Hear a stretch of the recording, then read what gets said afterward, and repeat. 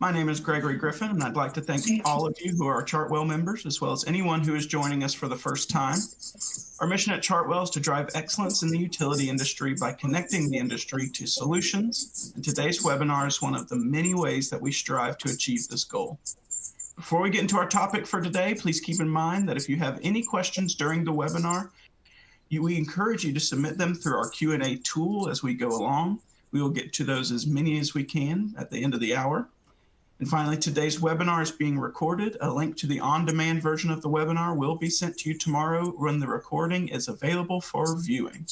Without further ado, I would like to welcome up our partner for this webinar, Smart Measures, who's going to be talking to us about how to recognize early stage financial stress in utility customers and what to do about it. The prep for this webinar has been really exciting. They've got a lot of really great practical ways to really increase the way that you're identifying customers and can really help you in that arrears management and collections realm. So without further ado, I'd like to welcome up Eric and the Smart Measures team. Thank you, Gregory. Appreciate it. Appreciate all Chartwell's support and help in leading up to this process. Thank you, everybody, for attending. We are thrilled to be here as a continuation of a dialogue that Chartwell has been leading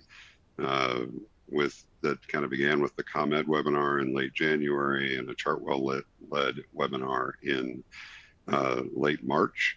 And we're happy to have a chance to share some thoughts and ideas that can further that dialogue. I have with me today on our panel 4 people that are going to help address what's going on. One of them is very familiar to everybody, I'm sure.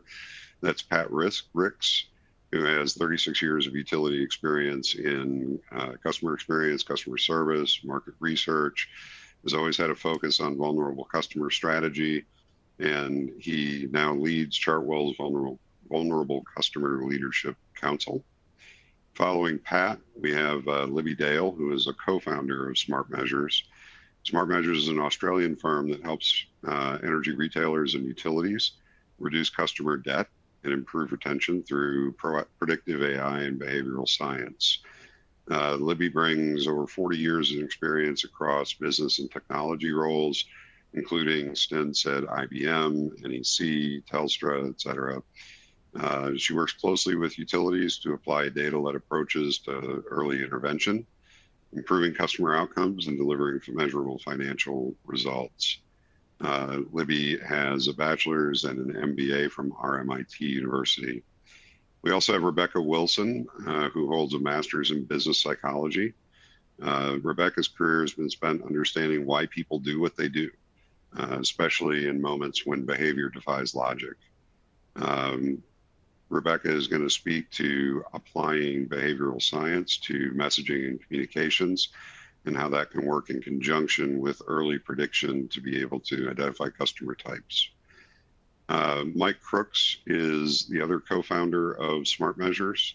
Mike brings over 40 years experience across technology and business roles. He's worked with AI for a number of years since the early hype cycles, and for the past decade has applied it in regulated energy markets to deliver defensible ROI. He focuses on turning underutilized utility data into early risk detection, improved customer engagement, and reduced arrears. And I'm looking forward to hearing what he has to say to continue the dialogue that we've begun. So Pat, with that, I'm going to turn it over to you. Thank you, Eric. In a few minutes, Libby is going to share, among other things, customer insights relative to this challenge of recognizing early stage financial stress with utility customers. But I'm going to open our discussion grounding us on the utility perspective and what utilities are saying relative to this growing challenge. Let's start with the insights from Chartwell's Vulnerable Customer Leadership Council, a council comprised of 30 utilities from across the U.S., Canada, and Puerto Rico with over 400 utility professionals. This group of leaders is experiencing the challenge of managing financial distress of vulnerable customers from many, many different perspectives, as you might imagine. So let's see what they're saying relative to today's discussion. As the lead of this council, as Eric mentioned earlier, since its inception of January 2022, a lot has changed over the years, but one thing that has remained constant until recently is members saying identifying, engaging vulnerable customers is the highest priority. When we asked that members what their priority was in 2025, we didn't see what I'd call a change. Rather, we saw a dramatic shift and found that members are now considering the utilization of data and technology to better serve vulnerable customers as the highest priority focus. So why is Pat saying this is not a change and it's a shift? Well, when we ask customers why, the answer was the same across the board. They're still considering identifying and engaging vulnerable customers as a priority. But they felt like they needed to focus a little further upstream and leverage the advances data and technology are affording them to help identify and engage vulnerable customers. And here's where the shift occurs. Early in the billing and payment journey is where they need to start focusing. Before they reach stages, they being the customer, reach stages that are insurmountable for both the customer themselves and the utility, considering the resources the utility has to help. Now, I'm going to shift gears in just a bit to see what utilities are saying about these complex and challenging situations. A minute ago, when we talked about what members considered as the highest priority focus, we heard that it was using data and technology. Now we're going to talk about looking at what their greatest challenge has been over the last 12 to 18 months. And in another very pronounced response, you can see 63% of our members told us that managing arrears and delinquent account challenges was and is their greatest challenge, even outpacing critical strategic efficiency initiatives such as adding new payment methods and increasing enrollment in low and no-cost billing payment options. I'm sure this doesn't come as a surprise to many of you on the call, and I bet if we took a poll right now, we'd probably see similar results. But let's do this. Let's dig a little bit deeper into that 63% and see why this might be listed as that greatest challenge. When we ask the question now about how well utility members are dealing with arrears and delinquent account challenges over the last 12 to 18 months, we get a very pronounced response at 65%. And they're saying that they're not doing good or actually doing poorly when it comes to managing this problem. Not a good place for utility leaders to be. Let's see what we can shed some light on the utility leaders are saying how this is their greatest challenge and why they worry they are not doing enough, or worse yet, they're doing the wrong things and maybe they're exacerbating the problem. First, let's go back to 2023, if you will, when the U.S. had arrears balances hovering around $17 billion with utilities. And I remember giving presentations around the country citing this figure and hearing gasps in the room. Well, hold on to your shoes. Since then, utility balances have surged as much as 40%, climbing to $25 billion. Yes, I said $25 billion. U.S. households are struggling, and it's not just from a missed single payment. They're carrying multi-month balances, and they'll never be able to pay some of these balances down. In fact, when you look at the data, balances have increased 33% since 2022, with an average household utility debt rising from about $600 to $800 by the end of 2025. So it's obvious to anyone paying attention that this problem is getting worse. But there is an elephant in the room in this discussion, and it's something that doesn't get much airtime. Utilities are being a lot more aggressive when it comes to collections activities. They're doing it, and they're doing it in a lot more forever than they've done since before the pandemic. But they're also leveraging lessons that we learned from the pandemic with payment plans and customer communications. So what's missing? Why is it missing? And what are some of the things that utilities can do that they're not doing today to try and solve this problem? And more importantly, get ahead of this problem. I'm happy to say that the rest of today's conversation will be centered around using a different data and technological philosophy to answering those questions. So let me throw things over to Libby right now, and she's going to get us started on that part of today's discussion. So Libby, if you would. Thank you, Pat, and thank you, Eric. I'll cover one more slide on some numbers, and then we'll talk about a different approach to it. Now, this infographic is from the Smart Energy Consumer Collaborative. They surveyed customers in May 2023 and again in May last year. What you'll see here is nearly 1/3 of customers report struggling to pay their electricity bill. And it's closer to half for low-income households. But we're also seeing a shift in behaviour. 44% of customers report making a late payment. Now that's up from 39% in 2023. But only 17% have applied for an assistance program. Now, alarmingly, that's down from 27%. So what we're seeing is more customers are falling behind, while fewer are accessing support. Now, that's an important disconnect.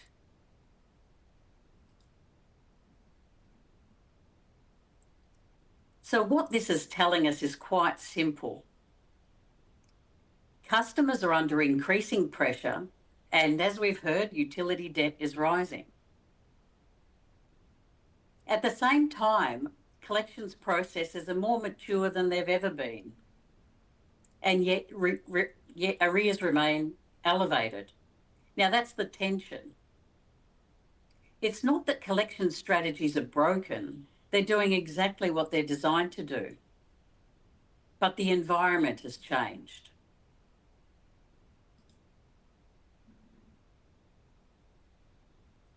Typically, the debt management process begins with a missed payment. Now, that makes sense. It's a clear signal and a legitimate point to engage. From there, the collections process begins and the account enters early stage arrears pathway. Supported by collections processes, as we've said, very mature and have been refined over many years. While many customers will resolve quickly, others are experiencing early stage financial stress, and they are far more likely to progress towards persistent high value arrears. The challenge here is they all move through the same pathway, they receive the same messages, and they don't become visible as different until much later. As they move further along this pathway, the situation changes, as you all know. Balances grow, engagement becomes less consistent, and conversations become more complex for both the customer and the utility. By the time accounts reach late stage arrears, support options are limited and the cost of action is increasing, and the likelihood of full recovery is significantly reduced. But interesting, not all customers on this path are the same. Those customers in late stage arrears aren't new. They didn't just suddenly become 90 days plus past due. They were here at the start. At the start, at the point of a missed payment, the system records an event. But what it doesn't show you is the trajectory that's about to follow. For many customers, the issue resolves quickly, a payment timing issue, a forgotten bill, something temporary. But for a growing group, that missed payment is the beginning of a debt trajectory. They're on a different path. Some customers on the path to late stage arrears, but we just couldn't see it. And this isn't because the process failed, but because it treats everyone the same at the moment that they are most different. Customers experiencing early financial stress are far more likely to progress to persistent high-value arrears. They need a different conversation and support to help them resolve their issue. And to help us better understand that, Beck is now going to talk about the psychology of these customers. Over to you, Beck. Thanks, Libby.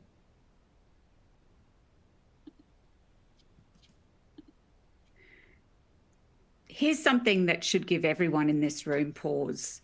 The Consumer Financial Protection Bureau has documented that nearly half of Americans in financial hardship didn't know how or where to apply for assistance programs that they were entitled to. A further 48% assumed that they wouldn't qualify, even when they actually would have.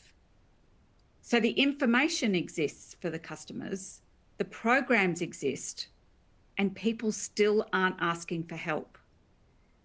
The instinct when that happens is to send more communication, clearer letters, better awareness campaigns, more touch points. And there's a logic to that. If people don't know help exists, then tell them. But awareness isn't always the primary barrier. In fact, it's often not. The research tells us something more uncomfortable and more actionable. The reason people don't reach out is that they don't know, is not that they don't know, it's how the financial stress makes them feel and what that does to their behaviour. So to understand that, we need to spend a moment on the psychology. There's a distinction in the psychological research that changes everything about how you design outreach. It's the difference between guilt and shame. Guilt says, I did something bad. Shame says, I am bad. And they produce opposite behaviours. Guilt actually pushes people toward repair, making it right. Shame pushes people away from anything that might confirm that feeling. For someone who's just missed their first bill, someone who doesn't see themselves as a person who misses bills, contacting their utility is an act that could confirm their worst fears about themselves. So they don't. Not because they're being difficult, because their brain is protecting them. There's a second thing happening at the neurological level, sort of illustrated in the drawing there by the little squiggle over the person's head. Financial stress activates the brain's threat response. The prefrontal cortex, the part responsible for planning, evaluating options, making calls, effectively goes offline. A person in that state can receive a perfectly clear letter about available support programs and can genuinely be unable to act on it. The cognitive capacity simply isn't there. And then the spiral starts. Shame leads to avoidance. Avoidance means the situation gets worse. A worse situation produces more shame, and each missed bill makes the next contact harder to respond to. The window for effective intervention narrows each time. This is why more outreach in the same tone, through the same channels, doesn't move the needle. You're sending information to people whose brains are simply not in a state to receive it. But here's what makes this genuinely complex and genuinely solvable. That psychology doesn't look the same in every customer. When you look at customers who aren't engaging, it's tempting to treat them as one group, but they're not. The psychology plays out in at least 3 distinct patterns, and each one needs a different response. The first group we call the unexpected. These are the customers that are new to hardship, perhaps never had a bill that's gone unpaid before. Their identity threat is at its highest. The gap between who they think they are and what's happening to them is widest, and the shame response is acute. What they need before anything else is normalization, a message that says, this happens to people like you. Asking for help is the right thing to do, and reaching out will not define you. Affirmation before ask. The second group are stretched. They've been in financial stress long enough that acute shame has shifted into something closer to resigned disengagement. The spiral has been running longer. And here, heavy empathy can backfire. It highlights a vulnerability that they have learned to manage. What works is being matter-of-fact, practical, respectful, treating them as capable people navigating a tough situation, not fragile people who need rescuing, and making sure that every program they may be entitled to is visible and easy for them to reach. And the third group, the reluctant, are behaviourally different in a fundamental way. The shame mechanism isn't driving their disengagement, which means the entire psychological toolkit changes. Social norms work better here because the lever is conformity, not shame reduction. The message isn't, we understand you, reach out. It's, this isn't how most customers handle this. Different driver, different design. And critically, resources spent on this group the wrong way are resources that you're not spending effectively on the first two. So what does it actually look like when you design for the psychology rather than against it? When the psychological diagnosis is right, the contact strategy looks completely different, not just in tone, but in what the message is actually trying to do. These messages talk to the customer in the decision environment that they are in. It's not the process that needs changing. They just need to be led to it differently. One message, one tone, one channel, and you're almost certainly wrong for 2 out of 3 of those groups. The organisations getting the best results from hardship programs aren't doing more outreach. They're starting with a better understanding of who they're actually talking to. The fact that this approach works is demonstrated by the study of millions of customers to establish the segmentation, as well as research done by other leading research houses, which backs up our findings. I also understand, I think Eric referred to that ConEd in a recent Chartwell webinar spoke about the application of some facets of behavioural science as a key part of their success in reducing arrears. And all of this raises the obvious operational question. How do you know which customer is which before you contact them? And how do you know that at scale? The psychology tells us what is driving behaviour and what to say to them, but to act on it, you need to be able to identify which pattern you're looking at for each customer in your data before you make contact. The thing is that financial stress isn't hidden. Even when customers go quiet, their behaviour changes. The way they interact or stop interacting with your systems tells a story. Financial stress leaves behavioural fingerprints. And that's exactly what Mike is going to show you, how the AI engine reads those fingerprints and what that makes possible.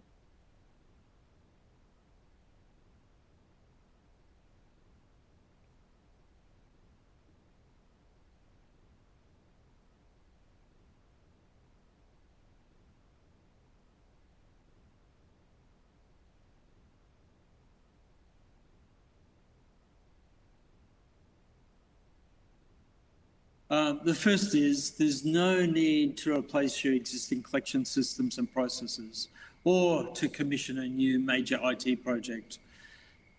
And the second is that you're going to have all the data you need already. And I'll talk about this in a second. Your compliance and governance frameworks still apply to this new approach. You don't need to change those frameworks. So let's talk a bit about how you can identify these customers which will have a problem down the track. The good news is that the utilities, you already have vast amounts of data that is the key to identifying these issues. And it's important to look at a wide range of signals.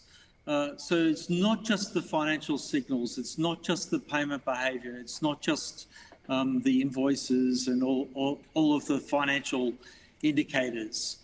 But it's important to look at both the things that the customer does, those behavioural signals, and also the signals that the utility inflicts on the customer. So by that I mean, things like price rises, the product that was sold, the acquisition channel, so it's the outbound stuff as well as the inbound stuff, the behavioural stuff you're seeing from the customer. So some examples of this are just looking at all of your outbound comms, like your price rise notifications, new products, things like that, but also the inbound stuff like the calls to the call centre, the use of your self-service portals. But there's also some other things that you wouldn't necessarily expect. So things like the product that was sold, the billing cycle, the day of the month that the bill's actually issued is important. Changes in the bills, frequency, the changes in the payment behaviour, changes in the self-service. So things like that. But it is actually important that you need quite a big range of customers to predict these patterns, and you need a lot of signals per customer, typically around 3,000 to 4,000 signals per customer. So what do you do once you have all of those fingerprints? How do you pull it all together?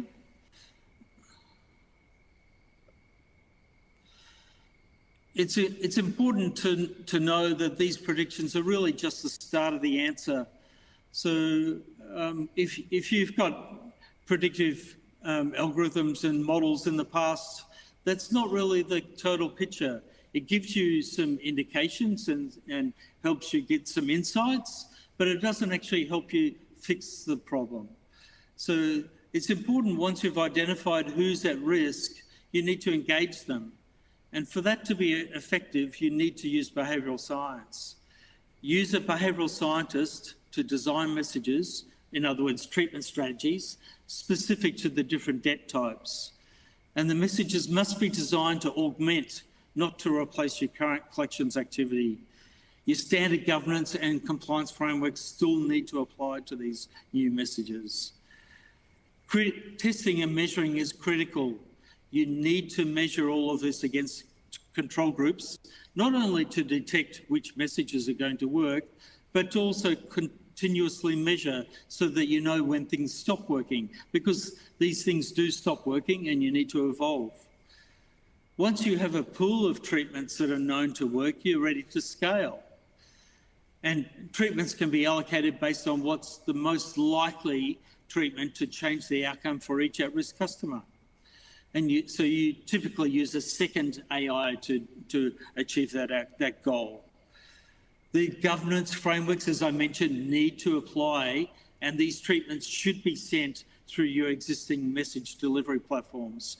And the reason that's important is so that you still have all of the records and all of the compliance that you need to ensure that your programs are successful. You need to make it a weekly cycle, because your customers change, the data is constantly changing, and the AI is constantly learning. So let's talk a little bit about how you measure success. There's things that you should be measuring both on a short-term basis and a long-term basis. Short-term, you should be looking at changes in engagement. So compared to a control group, do you see an uplift in inbound calls or use of your self-service portal? Do you see, even if you don't see that increase in inbound contact, do you see a materially different payment behaviour? Do you see people signing up to one of the support programs? So these are all short-term measurements, and they act as lead indicators to whether or not your program is on track or not on track. But you also need to measure long-term indicators. So things like the reduction in the number of collection cases, the reduction in the cost to collect, reduction in your long-term debt, and in reduction in your write-offs. Some of the examples of the results we've seen using this type of approach compared to control groups, we've seen a nearly 15% reduction in collection cases and a 9.5% reduction in accounts with an overdue balance more than 90 days. But it's important to realise that you can't just use this approach and turn off your current systems. The underlying processes driving your support programs and your collections activity still need to be running. This approach is leveraging those systems to drive the new outcomes. In effect, it's driving more engaged customers and making those systems more efficient.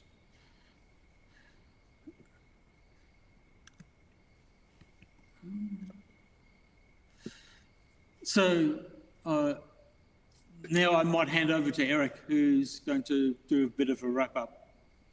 Yeah, thank you, Mike. Thank you very much. And thank you, Libby and Pat and Becca.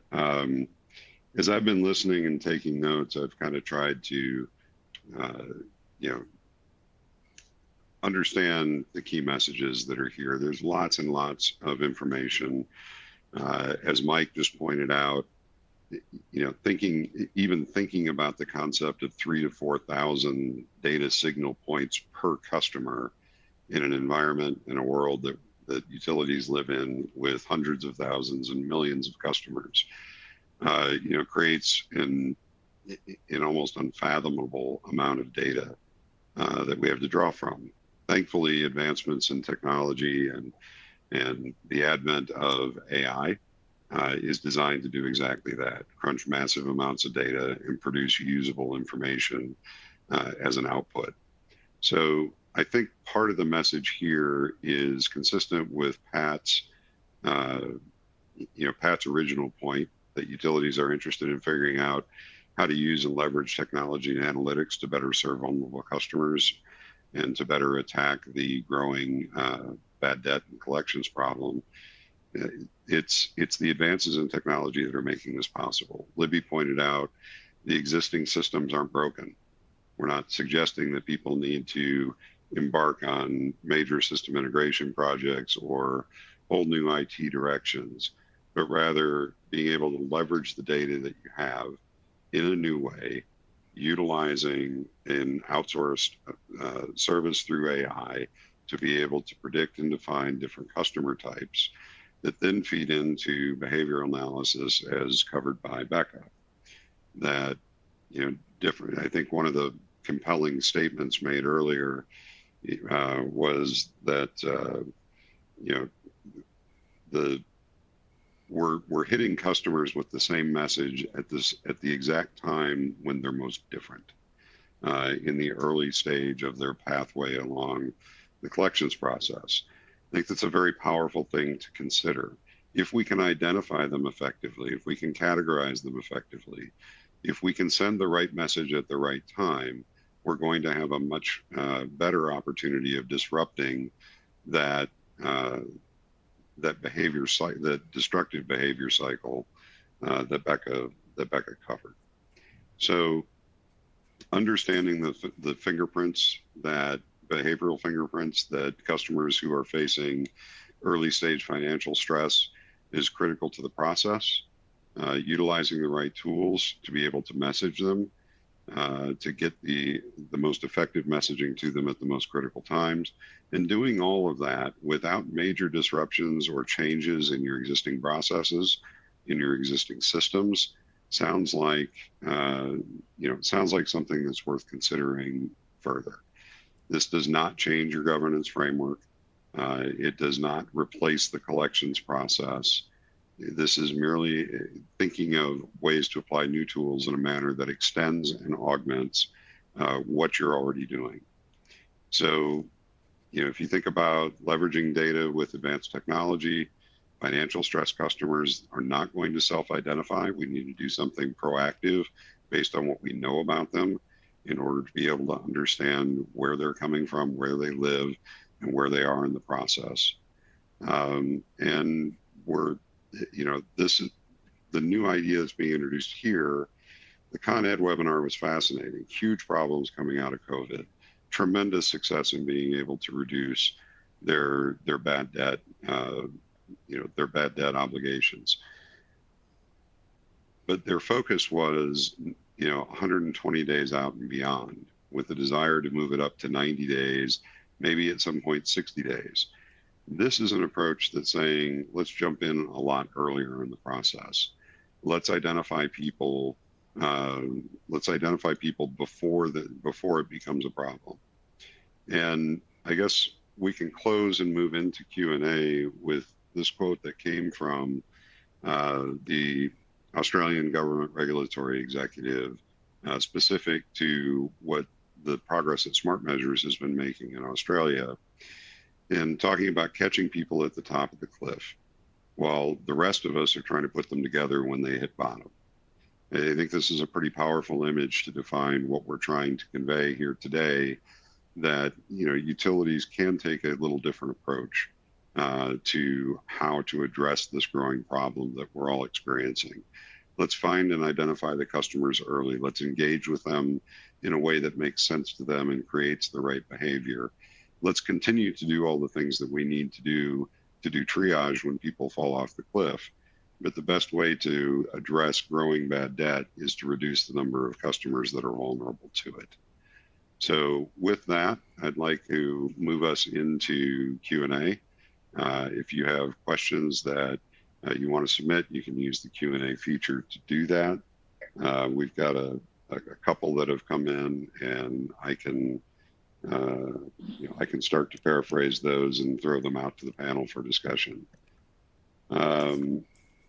I think, first of all, let me go back to Pat. With this kind of approach, what are the key ways that you think that that implementing this type of an approach can help a vulnerable customer or the vulnerable customer group? Sure. That's a good question. And one of the things that I was thinking about as we were wrapping up here was the slide that Becca went through on the gap awareness. And she pointed out that, you know, a lot of customers that are eligible for resources don't even know they're eligible. And some of them, you know, are just, you know, in my words, I'm paraphrasing, is really embarrassed to have to ask for help. And this process, if you catch it early enough in the journey, the customer journey, then it makes them feel like they're part of the solution, and, you know, don't make them feel like they're receiving a handout or anything. So it kind of solves both experiences, both reactions in one shot. Meaning, if you catch it far enough in the process and the customer feel like they're part of the solution, then for a vulnerable customer, that means they feel like they did something productive and helped themselves. Thereby, what happens is that element of embarrassment and feeling like, you know, they failed themselves, as Becca was pointing out, don't exist when it's there. So that's kind of my perspective from a vulnerable customer standpoint. Great. Thank you, Pat. This one comes in from our friends north of the border. In Ontario, the regulator prescribes the specific timing and wording of arrears notifications. How do we foresee this behavioral science applying when our hands are tied as to when we may reach out and what we can say? I think that's kind of a Libby and Becca question. Yeah, I can start on that, Eric. We have, it's definitely not a challenge that's unique to Ontario. All across Australia and the North America and the UK, the regulators are very strict about arrears notifications. They're not as strict about general customer communications, and you can frame some of the early communications as, particularly for those for the customers that are quite new to debt, you can frame it as more not about the amount they owe. And in fact, you shouldn't frame the first conversations about the amount they owe, but just that there are services available for them. There are people that they can talk to about this if it is something that they're coming up against. So in those early days, in the communications that I've been creating with clients, it isn't, dear Mrs. Jones, you owe us $300, it is, dear Mrs. Jones, just in case, not these exact words obviously, but just in case you ever find yourself in a situation where you can't pay, you know, there are things available, don't be embarrassed, those sorts of things. So we definitely work very closely with, and our experience in the energy industry, you know, we know the regulations, work very close with those parts of the business that are in charge of that. So we can still use the same, we still analyse the customers the same, put them into the segments that they are, use behavioural psychology to write messages for them, just taking care of what the regulator says about what we can and can't say. I think this is this is a really important point, right? We're talking about modifying an approach to communications and messaging, but I think it's critical that we understand that has to be done in coordination with the existing protocols, the existing systems, the existing messaging that's required to go out at certain times and certain points. And that's why kind of each utility application is a little bit different. Here in the US, you know, we have 50 different states, 50 different regulatory bodies that sit over utilities, multiple sets of different regulations, right? So it absolutely has to coincide and be consistent with what the utility is dealing with in their own environment. Libby, do you have anything that you wanted to add to that question? I guess thanks, Eric. In the simplest form, what we're doing here is framing all of these messages as service messages. So we always look to alert, we're approaching customers when the AI identifies them and categorises them.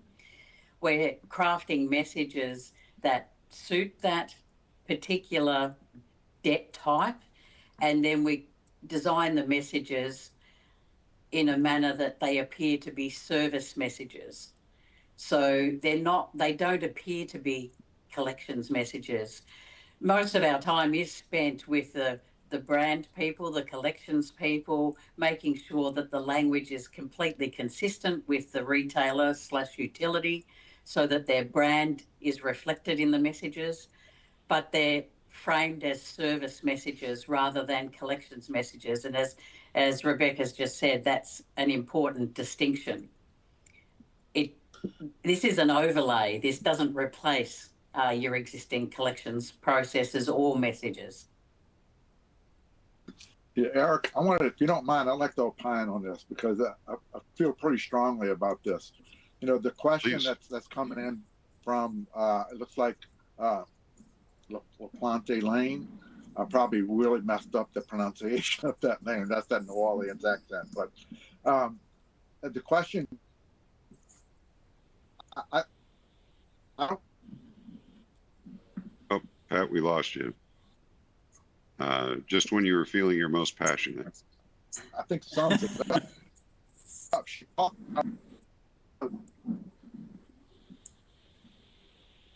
Letting the psychology tell you which driving behavior, what you tell the customer at certain time.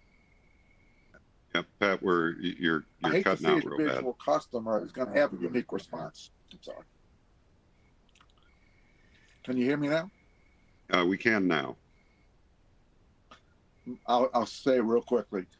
I hate to see us answer the question as in a general statement as a one size fits all, and I'm not saying we're doing that, but the way I see it is Becca's statement about letting the psychology tell you which driving the behavior, and thereby letting that be the message to the customer, is I think the right answer to this.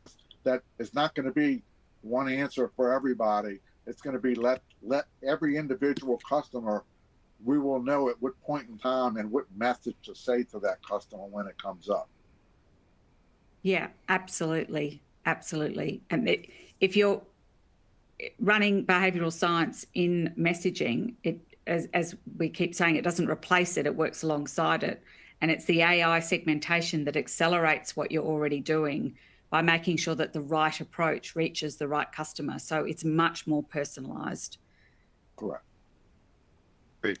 I'm going to hit one real quick. The question came in, are you using segmentation to determine these customer characteristics in order to prioritize and tailor messaging? The very brief answer to that is absolutely yes. That's the crux of this whole thing. Utilize advanced technology and analytics to identify the specific customer types, tailor the messaging to those customer types in order to be able to create the behavior patterns that you're looking for. There are several questions that have come in on the data side, Mike. I'm going to kind of combine a couple of them and paraphrase them a little bit. We have people who say that they're familiar with behavior scores, credit bureau scores, from the credit card industry, et cetera. One question is, how is this different than the traditional data sources that utilities may be using today to identify customer behavior? And what's the output of that look like? Are there score bands or ratios? Tell us a little bit more about that area. Okay.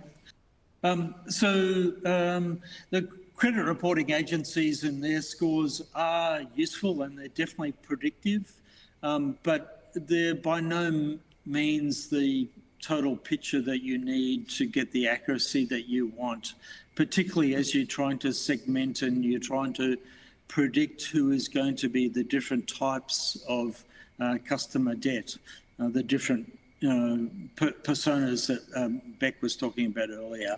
And it's important to also realise that a more modern approach using AI is not so much about a score and a band and a prediction window. It's more around everything's always changing, everything. So, it's a point in time. It's, if you like, an understanding of who potentially is going to have financial stress down the track, but it's not so much a focus on, well, that's going to happen in 3 weeks, or that's going to happen in 6 months, or they're going to go, get to the point that we'll have to write off the debt. It's more around who's going to potentially hit a certain level of financial stress, and that's based on their current circumstance. Their circumstance may change tomorrow. So you need to be constantly measuring. You need to be constantly looking at both their behaviour in terms of their direct engagement with the utility, but also the other factors that are not so much related to their behaviour, but it's more related to things that have happened to them from, based on price rises and other information that's outside their control. So a lot of data, and it's not so much about a band or a point in time they're going to default. It's more about their current circumstances at this point in time, and you have to keep measuring that. Does that answer the question? I think so. Kind of another part of that is anybody using AI for this kind of a purpose? And if so, what does that look like?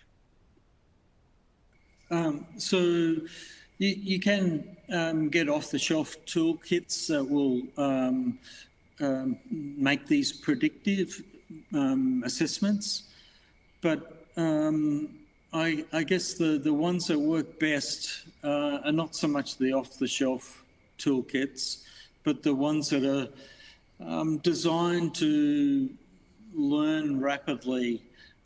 So typically you need something that's designed to expect that a utility is going to have a large range of different data sources and you need to combine them together, but also that expects that the data is going to be dirty, the data is going to be incomplete, The data may have changed meaning as the utility has moved from one back-end system to another.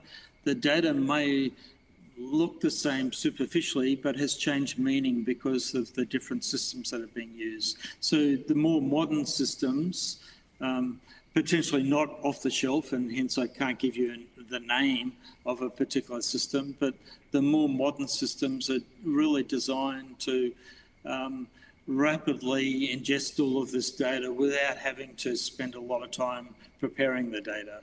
So that's how you get the rapid continuous learning happening. So Mike, in what you do at Smart Measures, you're also using AI to normalize incomplete and fractured data that comes from multiple systems. Is that right? So, you know, I tend to think of AI as like one big amorphous thing, and actually it's really a series of tools that are applied in certain ways, correct? Yeah, so this is not so much like the current trends are around the large language models and the Gen AI. This is not Gen AI. This is predictive AI, and you need tools that in the old world of predictive AI used to have to do a lot of engineering of the data to get it ready. The more modern tools automatically do that themselves, and hence you can continuously import new data. You don't need to spend a lot of time preparing the data. So that leads to one more follow-up, Mike, in the data area, and then I'll move back to a couple of other things. What's required to do this? You know, you said this isn't a major system project. It sounds like kind of a major system exercise. What does it really look like for a utility to? Yeah, so this can all sort of run in parallel with the existing processes and systems. It doesn't need to have a lot of IT integration at all. There is a need to get data. There's definitely a need to have access to data, but those data extracts do not need to be deeply embedded. They can be simple extracts that are sent to a system that's sort of running side by side with the current systems. So if you like, the data arrives on a weekly basis. It gets from the different data sources. There's no need to prepare the data. And then once the data is combined, you received updated information and updated risk assessments of each customer. And from there, you get a sense of, well, yes, these are the treatments that will work under these different circumstances. So you get a short list of who needs what message that complies with your current governance models. So it all happens in parallel with your existing systems. You don't need to have a high level of IT touch. You just need to have an extraction of data. You run it through the AI and through the behavioural science to test and measure, and then you can measure the results by applying the right treatment to the right customer in those early stages. It's all about early stages. Once the debt becomes more significant, it's harder to change the behaviour, and also there's increasing regulation about the level of contact. So extract the data into a side-by-side system, give it to the AI to do the assessments, and then you give it to the behavioural scientists to design the messages. You know what messages work. You use a second AI to apply the right message to the right customer to maximise the outcome, and then you just measure the results. So doesn't need to have a large IT profile.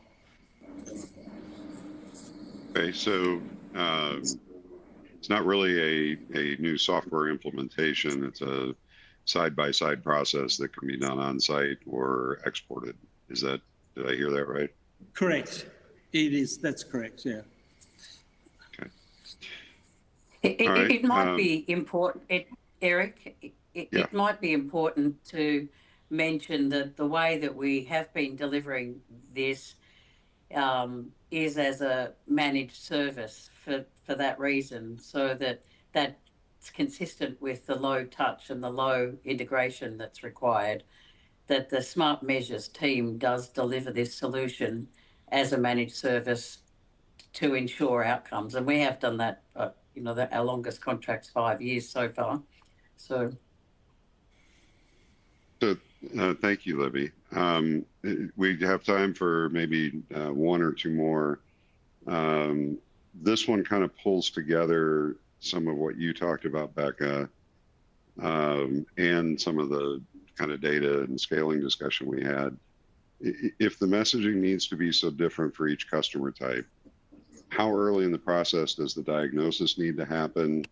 And is that really realistic at scale for a utility with millions of customers? Yeah. The diagnosis needs to happen before the first contact, because the first message sets the psychological frame for everything that follows. A wrong opening doesn't just fail. For some customers, it actively deepens the problem, as we talked about before. At scale, doing that diagnosis with humans just isn't possible with the speed that we need to and that Mike has spoken about. So that's exactly where the AI layer comes in, and what makes this viable and, to my mind, so exciting, having worked in energy for many years and with debt teams. The psychological profile of each customer is already visible in the data that you hold. Their payment history, their account tenure, how often they contact you, prior engagement patterns. They're the behavioural fingerprints that we talked about before. So the AI reads those before any contact is made. And the segmentation that we've talked about doesn't need to be perfect to deliver value. Even a high confidence split between unexpected and stretched, the two groups who need almost opposite approaches, is a step change over one message for everyone. So the precision will improve over time, but the performance gain starts immediately. So it is definitely realistic at scale, thanks to AI. Yeah, and can I just add to that? So it is important to get in early, but the AI, if you give it enough data, can predict, even for a customer who may only have $10 owing at 15 days past due, they could predict that they're going to hit a higher level of debt down the track. It is, and it doesn't mean that all of your customers are going to start receiving messages early in their debt cycle. It's only those that are predicted to progress to a higher level of financial stress. So it is possible to scale this. We've been doing it for a while now. Yes. And it is also possible, definitely, we've also been doing this for a while now. It's easy, well, not easy, but it is definitely possible to make sure it fits in with the governance program, the governance framework, and with the compliance, and even with different regulation in different jurisdictions. You can build all of that into, it's just a simple rules engine. It's not that complicated. So it's definitely possible to scale. Okay, great. No, that's all right. We're just, I want to be respectful. We're coming up against the top of the hour. I want to thank you folks that submitted questions. There were a number of them. The ones that we didn't get to, be more than happy to provide an email dialogue and response if you want to make sure that Gregory at least has some contact information for you. He can pass that on and we can get those questions answered as a follow-up. I want to thank everybody for the opportunity to continue this dialogue. I'm sure this won't be the last time that a Chartwell Forum addresses these kinds of issues. We think that there's some good new thinking out there for people to embrace. we would love to continue to be a part of that dialogue and would be happy to speak to anybody one-on-one with, follow-up questions and thoughts. We have one question for you guys to leave as we go, and that would simply be, what do you think would be the biggest challenge that you would face at your utility in your environment to, begin to implement this kind of an approach to augment and enhance your existing systems? So we appreciate the time today. Gregory, I don't know if you have any any other wrap-up comments, but I'll turn it back to you to close us out. Sounds great. That's all for us today. Thank you everyone for attending, and be on the lookout for future Chartwell webinars. Have a great day.